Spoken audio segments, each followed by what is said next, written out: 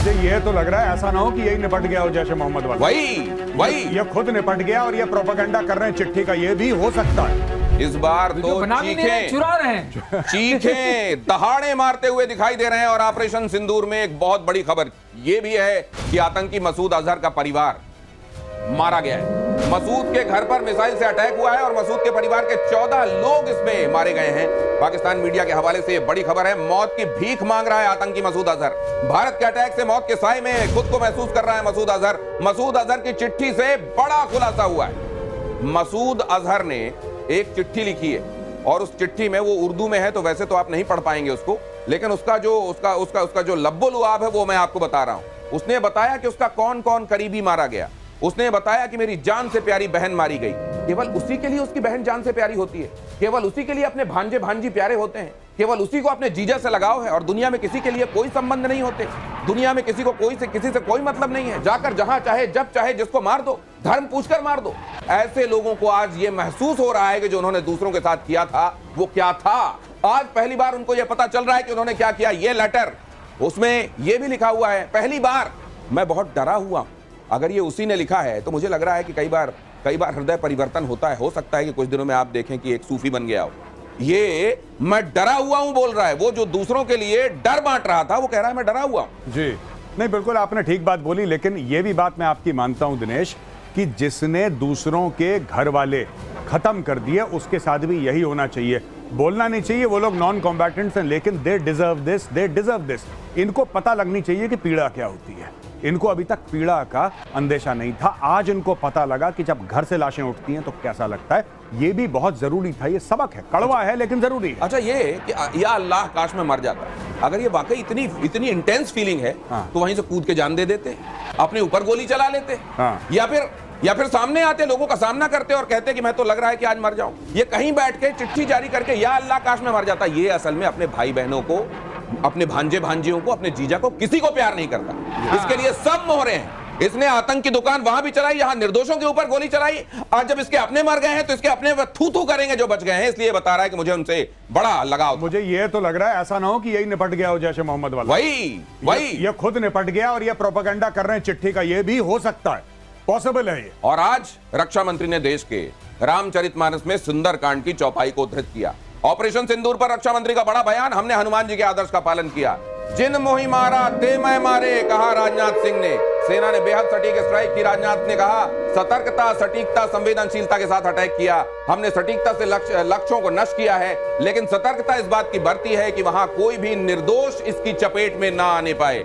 हनुमान जी ने यही कहा था रावण के पास जाके, जब रावण ने यह कहा कि क्यों तुम बड़े निडर लग रहे हो, तुमको किसी बात का भय नहीं लग रहा है, तुम मेरे यहां दरबार में खड़े हो, तुमको भय नहीं है। उन्होंने कहा मेरे को कोई भय नहीं है। और जिन मोहि मारा ते मैं मारे, तहीं पर बांधे उतने तुम्हारे। जो उनको मारा मैंने जिन्होंने मुझे मारा था, और उसके बावजूद तुम्हारे लड़के ने मुझे बांध लिया ब्रह्मास्त्र से, क्योंकि मैं ब्रह्मा जी की इज्जत करता हूं। ये कहा उन्होंने, और आज यही राजनाथ सिंह ने यहां पर दोहराया। मित्रों, हमने हनुमान जी के उस आदर्श का पालन किया है जो उन्होंने अशोक वाटिका उजाड़ते समय किया था।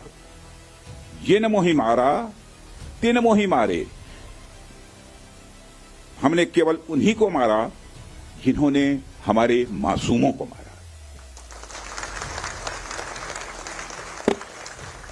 साथियों, प्रधानमंत्री श्री नरेंद्र मोदी के नेतृत्व में हमारी सेनाओं ने ऑपरेशन सिंदूर लॉन्च करके पहले की तरह ही इस बार भी आतंकियों को ट्रेनिंग देने वाले कैंप्स को तबाह करके करारा जवाब दिया है।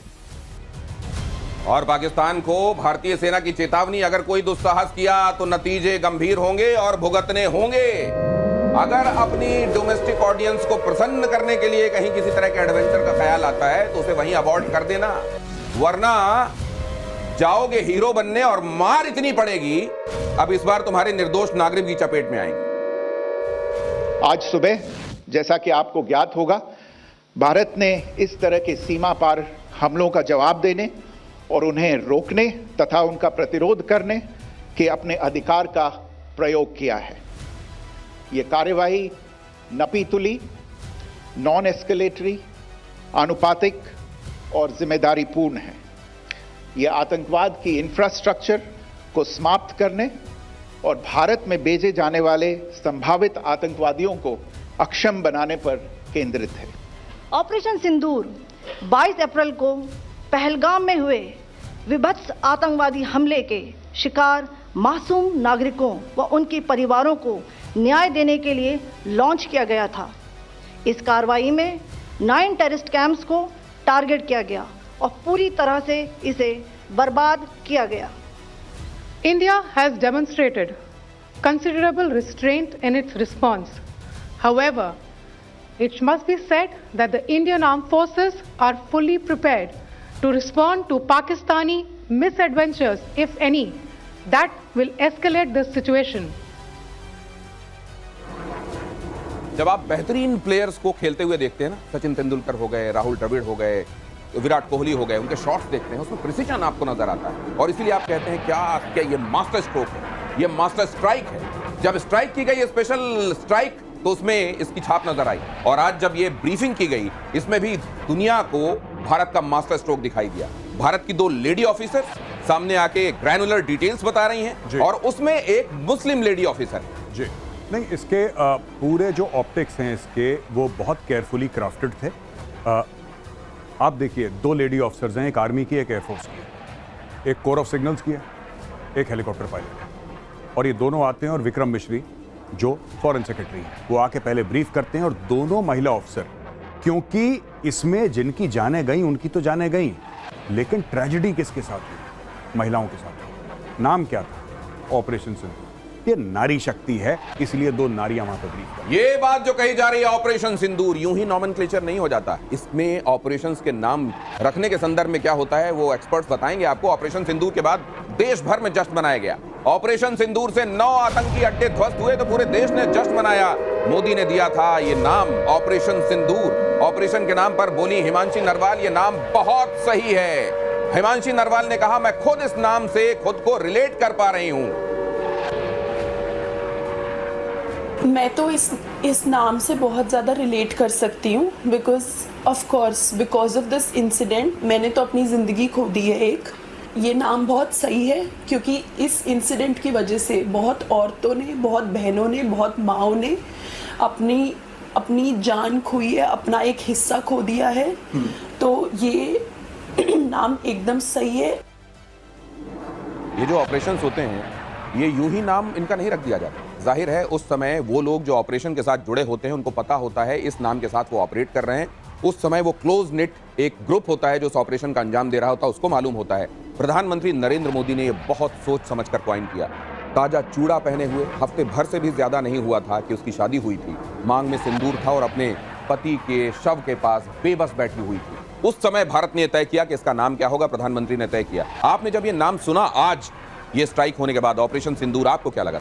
आपको मैं बताता हूं दिनेश, इतना इमोशनली चार्ज हो गए, ऐसा इमोशन लेडन ऑपरेशंस का नाम मैंने सुना नहीं था और कभी देखा भी नहीं, कभी समझा भी नहीं। लेकिन ये जाहिर कर रहा था कि ये बदला किस लिए है। सिंदूर उजाड़ोगे, हम तुम्हारे घर में घुस के मारेंगे, ऊपर से मारेंगे, छतों में छेद करेंगे, तुम्हारे तहखाने में छेद करेंगे, कहाँ छुपोगे? एक बात और इससे जाहिर होती है, इससे एक चीज़ जाहिर होती है जो भारतीय सेना की शक्ति है कि हम आपके कोऑर्डिनेट्स को, आपके छिपने की जगह को पूरी तरह समझ सकते हैं और ढूंढ सकते हैं और पकड़ सकते हैं। अगर पकड़ लिया तो फिर उसको तहस नहस भी कर सकते हैं। और आपने देखा दिनेश, कोई कोलैटरल डैमेज नहीं हुआ। इस बार प्रमाण भी साथ लाए। लेकिन अगर कोई कोलैटरल डैमेज नहीं हुआ है तो अभी कुछ देर बाद वो जनाजे के पास जो पाकिस्तान आर्मी के लोग दिखाई दे रहे हैं, जरा उस पर भी आपका कमेंट लूंगा। लेकिन उससे पहले ऑपरेशन सिंदूर पर बोली आतंक पीड़ित लेडी, सिंदूर नाम देकर औरत का सम्मान बढ़ाया गया है। पीड़ित महिलाओं को कि गृह मंत्री को के संदर्भ में उन्होंने कहा कि उन्होंने हमारे दिल को छू लिया। ऑपरेशन सिंदूर बदले की शुरुआत भर है। जिस दिन अमित शाह जी आए थे श्रीनगर, जो लोग वीर मरण जिनको प्राप्त हुआ उनको श्रद्धांजलि देने के लिए, उस दिन सब बहनें उनको बोल रही थी कि हम भारत की बहनें हैं, हम आपकी बहनें, और हम लोगों से हमारे पतियों को छीन लिया है। तो मुझे लगता है शायद उसी वजह से ये ऑपरेशन का नाम सिंदूर रखा गया होगा। सिंदूर ये जो उन्होंने किया है वो तो एक खाली बदला है, उसकी शुरुआत है। अभी उसका दहशतवादी का जो मूड है वो खत्म करना चाहिए। जो फौजी लोगों ने एक्शन लिया है वो अच्छा किया है, और वो सिंधु नाम देके भी औरतों को सम्मान दिया है, वैसा है। इस तरीके से हमारे पूरे परिवार को उन पे विश्वास था, उन्होंने उसी तरीके से जवाब देके हमारे विश्वास को कायम रखा है। महिलाओं की, विवाहित महिलाओं के सुहाग की निशानी, उनकी मांग की शान, उनका सिंदूर, उसको उजाड़ा था पाकिस्तानी आतंकवादियों ने। धर्म पूछकर गोली मारी थी, इसलिए धर्म बताकर आज ये हमला किया गया है। और साथ में ये भी हनुमान जी का जिक्र किया गया। हनुमान जी तो अपने पूरे शरीर में, क्योंकि माता सीता को सिंदूर उनकी मांग में भरा हुआ जब उन्होंने देखा, उन्होंने कहा कि ये तो भगवान राम के लिए मैं अपने सिंदूर, तो उन्होंने कहा भगवान राम के लिए तो लीजिए मैं पूरे शरीर में सिंदूर लगाता हूं। और तब से हनुमान जी सिंदूर, हनुमान जी की बात का जिन मैं मोहि मारा ते मैं मारे, उसका उल्लेख सिंदूर भारत की संस्कृति के साथ, भारत की संवेदना के साथ, भारत के संस्कारों के साथ जिसका अटैचमेंट होगा वही ये नाम सोच पाएगा और वही ये कर पाएगा जो हिंदुस्तान ने किया है। ऑपरेशन सिंदूर पर प्रधानमंत्री नरेंद्र मोदी ने क्या कहा, और जब मैं आपसे ये कह रहा हूं मेरे रोंगटे खड़े हो रहे हैं। प्रधानमंत्री नरेंद्र मोदी बोले ऑपरेशन सिंदूर गर्व का पल है। पीएम मोदी ने सेना की सराहना की। मोदी बोले देश हमारी तरफ देख रहा था तो ये तो होना ही था, हमें अपनी सेना पर गर्व, बगैर किसी गलती के हमने ऑपरेशन पूरा किया। एक चीज ऐसी लग रही है, कितनी मेटिकुलस प्लानिंग के साथ, इतने थॉट प्रोसेस के इन्वॉल्व होने के साथ ये सब किया गया है, इसका कोई जवाब हो नहीं सकता। और दिनेश, यही लोग बोल रहे थे कि पीएम मीटिंग पे मीटिंग कर रहे हैं, अटैक कब होगा? कह रहे पूछा जा रहा था सवाल, कह रहे थे, पूछा जा रहा था सवाल कि मीटिंग पे मीटिंग प्रधानमंत्री कर रहे हैं, 1 मीटिंग 2 मीटिंग, कह रहे यही सुनने को मिलेगा कि एक दिन में 6 मीटिंग करी, ये अटैक कब होगा? 13वीं खत्म हुई, घर में पाठ हुआ, चलो पार। 13 दिन का शोक तो मनाते हैं हमारे यहां पर।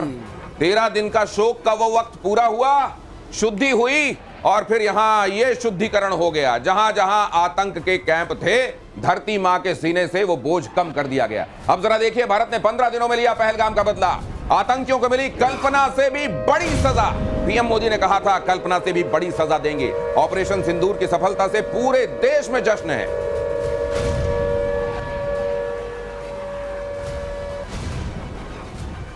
आतंकियों को और इस हमले की साजिश रचने वालों को उनकी कल्पना से भी बड़ी सजा मिलेगी। प्रधानमंत्री मोदी साहब ने बिहार से ऐलान किया था कि पहलगाम के गुनाहगारों को जमीन के पाताल से भी निकाल के उनको उनके गुनाहों की सजा देंगे, और आज वही हुआ है।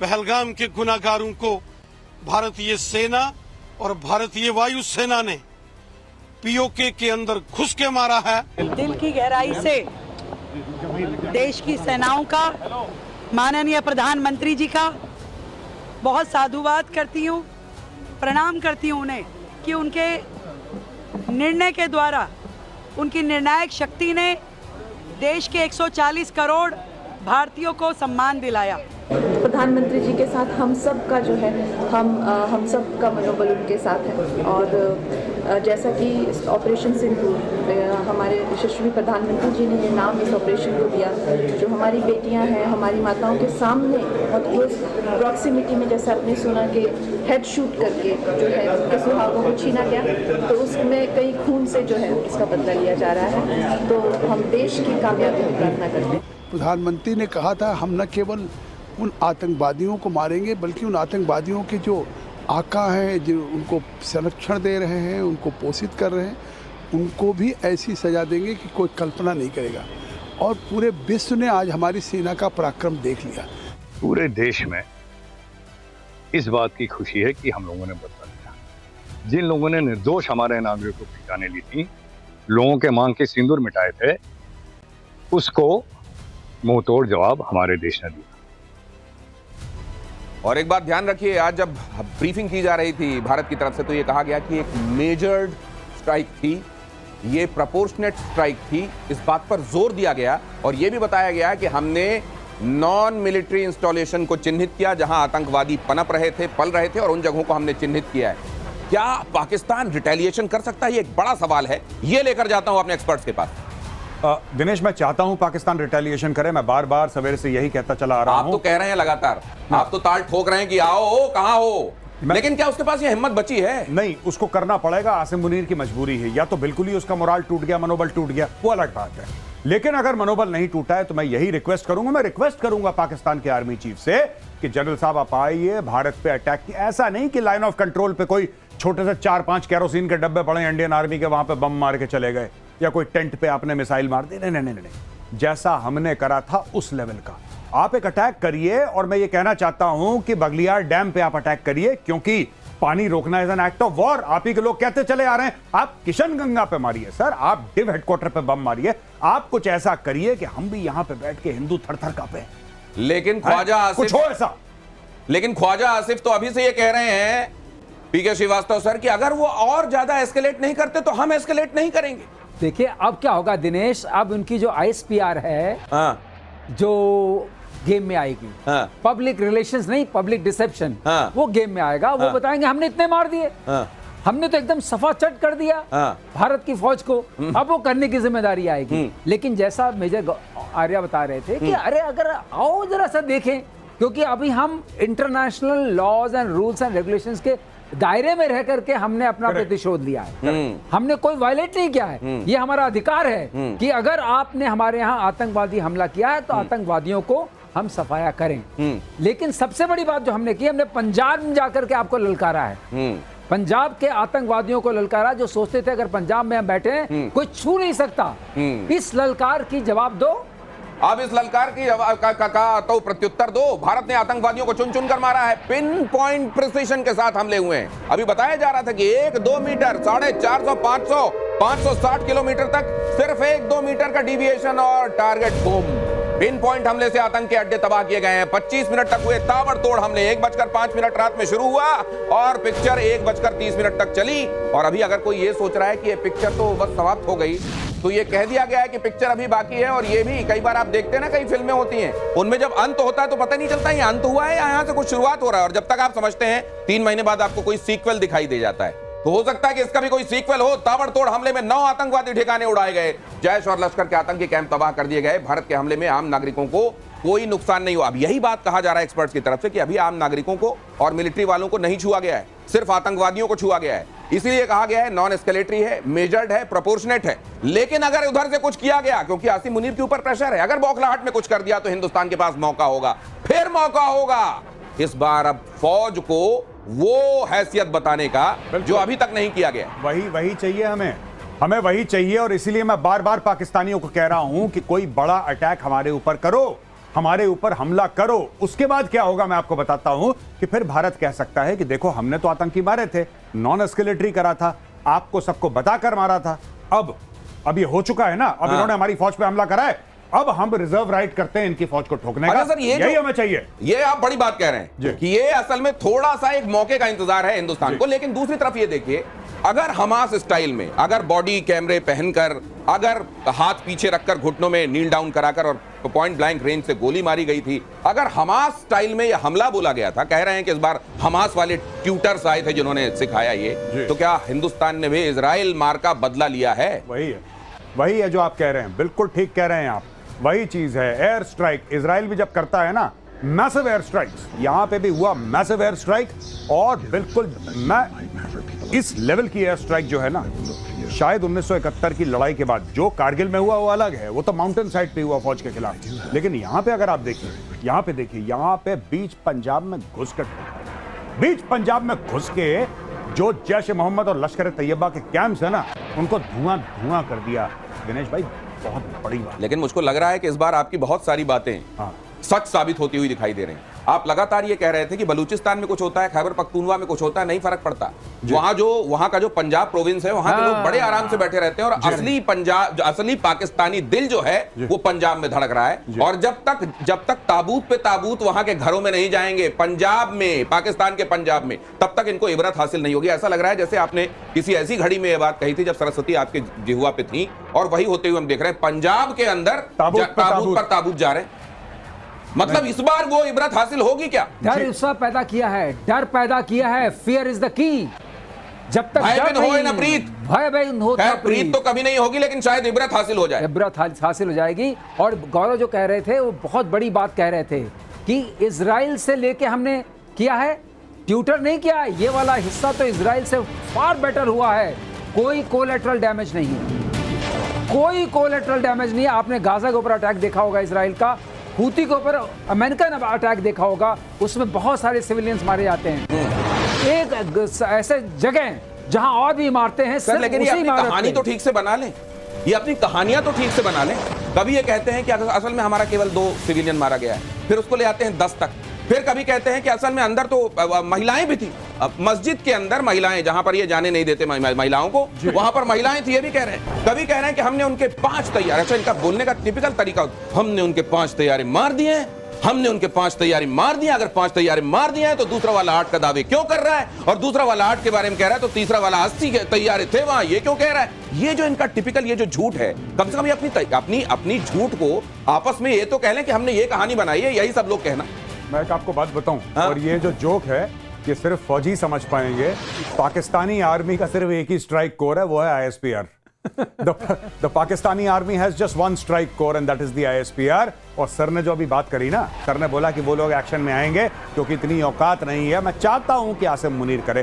दिनेश भाई कुछ तो करें आसिम, और जनरल आसिम मुनीर प्लीज, ये मेरी रिक्वेस्ट है इस प्लेटफॉर्म से ना, प्रतिशोध के प्लेटफॉर्म से एक बार एक बड़ी तो ये आप वैसा कर रहे हैं जैसे आप किसी को, अब मैं जानवर बोल देता हूं, रोटी दिखाएं, जब वो आए तो उसको तेजी से एक थप्पड़ मारें, फिर रोटी दिखाएं, फिर थप्पड़ मारें, और फिर कहें इस बार तो आजा रोटी खा ले। वो कव्वाली है ना, दमादम मस्त कलंदर, वो, और अपना बिल्कुल ऐसा हो जाए पाकिस्तान को कि मार मार के जैसे तुम्बा बनाते हैं ना, दौड़ा दौड़ा के, तभी ये सीखेंगे। पंजाब में एयर स्ट्राइक करी, I want to salute the Indian air force, my respect to you. आपने पंजाब में ठोका ना, दिल खुश, क्या बात है, क्या बात है दिनेश जी, बहुत बड़ी बात है ये। पंजाब में जाके ठोका जहां पे ठोकना चाहिए था। यहां पे बलूचिस्तान में 100 लोग मर जाते हैं, वहां पे किसी को हिचकी तक नहीं आती भाई। पंजाब में, सिंध में लोग मर जाते हैं, किसी को फर्क नहीं पड़ता। खैबर पख्तूनख्वा में आतंकवाद है, किसी को फर्क नहीं पड़ता। पंजाब में किसी को खरोच आ जाए तो छाती पीटने लगती है। लेकिन आप ये कमाल करते हैं, मतलब ये फौज कैसे करती है कि जब एक दिन पहले सिविल डिफेंस के लोगों के साथ ये कहा जा रहा है कि हम मॉक ड्रिल करेंगे, बाएं का इंडिकेटर दे रहे हैं आप और एकदम दाएं मोड़ दिया आपने गाड़ी, ये कैसे कर दिया? यही है डिसेप्शन। ये ठेका तो उधर ISPR ने ले रखा है, वो अपने लोगों को डिसीव करते हैं। हम दुश्मनों को डिसीव करते हैं, वो अपने लोगों को डिसीव करते हैं। वो जैसे हम लोग कहते हैं ना, information warfare is for the enemy, दुश्मन के खिलाफ होता है सूचना युद्ध। ISPR deceives its own people, ये खुद के लोगों पे अटैक करते हैं। पाकिस्तान वालों, आप बहुत अच्छे से समझ लो आप किसके हवाले, आप उन मौलानाओं मौलवियों के हवाले हैं जो आपको बताते हैं पृथ्वी चपटी है और सूरज इसके चारों तरफ चक्कर लगा रहा है, ये आपको सिखाते हैं। और साथ में रही सही कसर ये ISPR वाली पूरी कर देते हैं, जो कह देते हैं हमने उनके इतने तैयारे मारे हैं, हमने उनके इतने तैयारे मारे हैं, और आप उस बीन में आ जाते हैं और नाचने लगते हैं।